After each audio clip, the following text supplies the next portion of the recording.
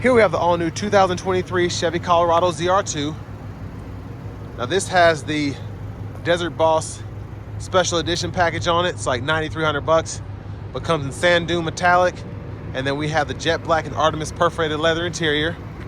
The powertrain consists of a 2.7 liter high output turbocharged 4-cylinder engine. That's mated to an 8-speed automatic transmission. Now, as we come around to the front end here, we do get our LED headlamps and LED daytime running lights. We also have our LED fog lights there. And then I have the light bar on. That's part of that Desert Boss package. So yeah, this is just, I'm gonna show you all the window sticker here in a minute, but this is so cool that I get to review one of these, because just a cool looking truck. But as we come around to the wheels here, these are gonna be 17-inch aluminum. We have the nice high clearance footsteps there, excuse me.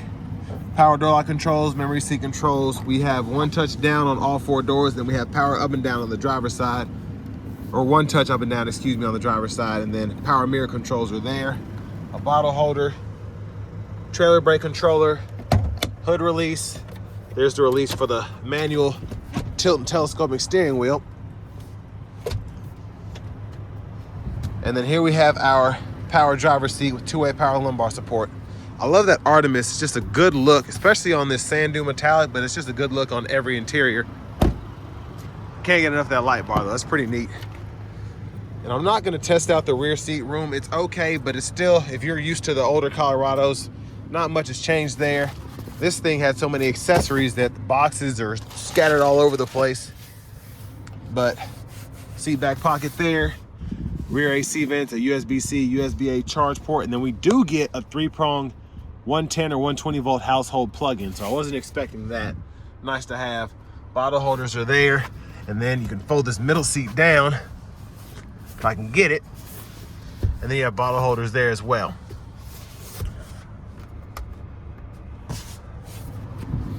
So you can actually pull that. You have to do it with 2 hands, so I gotta use my knee, but you can release. Then you have a little bit of storage under there, but it's like a jack and all that's underneath. And then fuel fillers there. And to the back end, just love that. I love how the taillights on the side are they look brighter than they might be. I don't think those are actual LEDs, but I could be wrong. But if they are, you don't see that on many Colorados. But I mean, this is a 65 grand sticker Colorado ZR2. So if anything should have it, it should be this. And you all can argue in the comments if you think it's worth that money. But we have a 3-prong 120 volt back here to go with that one for the second row. But just a really good looking truck, I think. You can see the clearance there. There's a spare exhaust.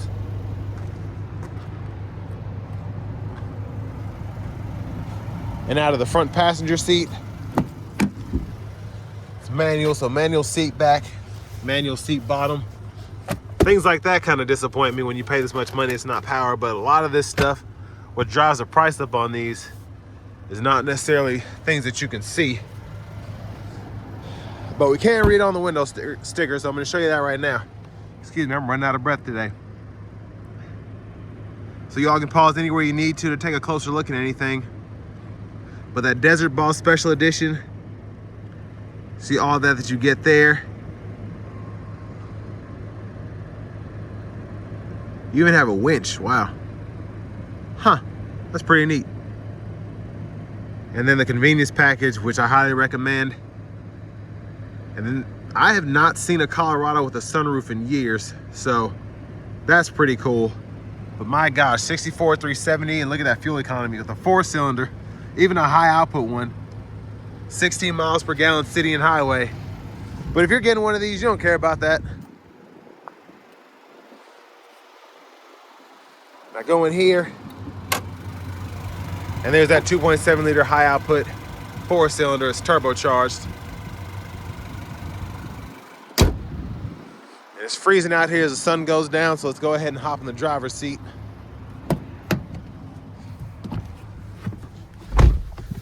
So we do get a nice leather wrap steering wheel. There's the horn. Now over to the radio, we get this 11.3-inch infotainment system.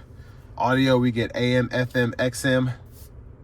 Then we also have Bluetooth, and then we have a USB port. We get Apple CarPlay, Android Auto compatibility wirelessly. Dual zone automatic climate controls, which we can control from the screen. And then we have a ton of buttons and knobs down here. This is pretty busy because we have the heated, cooled seats that are 3 stages, but it doesn't bother me that much. Once you get used to it, it's just, everything's the same and they're all the same color, but whatever. And then we do get a wireless charging pad, which I'm using right now, and it kind of shows you that in that icon there, which is pretty neat. Now we do have the Google Maps, so you have to have a plan to use that to the full effect. Settings here, we can go to the system, change our language, units, all of that, because you can't do much in the actual gauge cluster just for how this new system is set up. So another thing to realize is to activate your headlamps, you kind of have to have the screen on. So go to controls here. You can control your power window lockout, automatic high beams, the fog lights, park assist, hill descent, and then click here and you can go to your lights and whatnot, which you can actually adjust from here, but you have to go into a setting to do so. It gets annoying, but it could be worse. And then we also have the vehicle status that you can pull up here. We have an air down mode, which is cool if you're going to take this on some serious off-roading.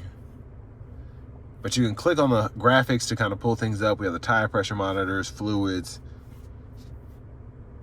different temperatures for different things, trip meter, even a G-force reader. So just interesting. And there we have the front camera, and where that front bumper is, you can see kind of where it's a kind of a blind spot, but backup cameras there, guidelines follow you to turn the steering wheel, front camera, curbside views, etc. A bunch of different stuff. Wow, you actually have the underbody cameras too. Now that's neat. Like in the Hummer EVs, you can pull that up, so that makes off-roading a bit more doable, I guess, for your ground clearance. But down here, differential locks, auto stop, hazards, lane keeping system with lane departure. There's your aux, and then I believe that's what the light bar is wired up to. And then you can let down all your windows at once. USB-C, USB-A charge port. For the shifter, hit the lever, reverse, neutral drive, low, and then you can manually shift there, the limiter, and it'll show you what gear you're in that bottom of the screen there. Electronic parking brake, pull up to engage, hit the brake, press down to disengage, and then you turn this knob to go through your drive modes, or you can click within each of these to actually use your four-wheel drive.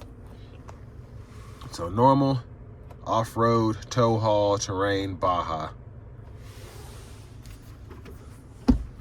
And then center console cubby space, decent. And you have that removable tray up there for the small stuff. Now for almost 65 grand, I think GM has a lot of nerve not putting LED dome lights in here, but whatever.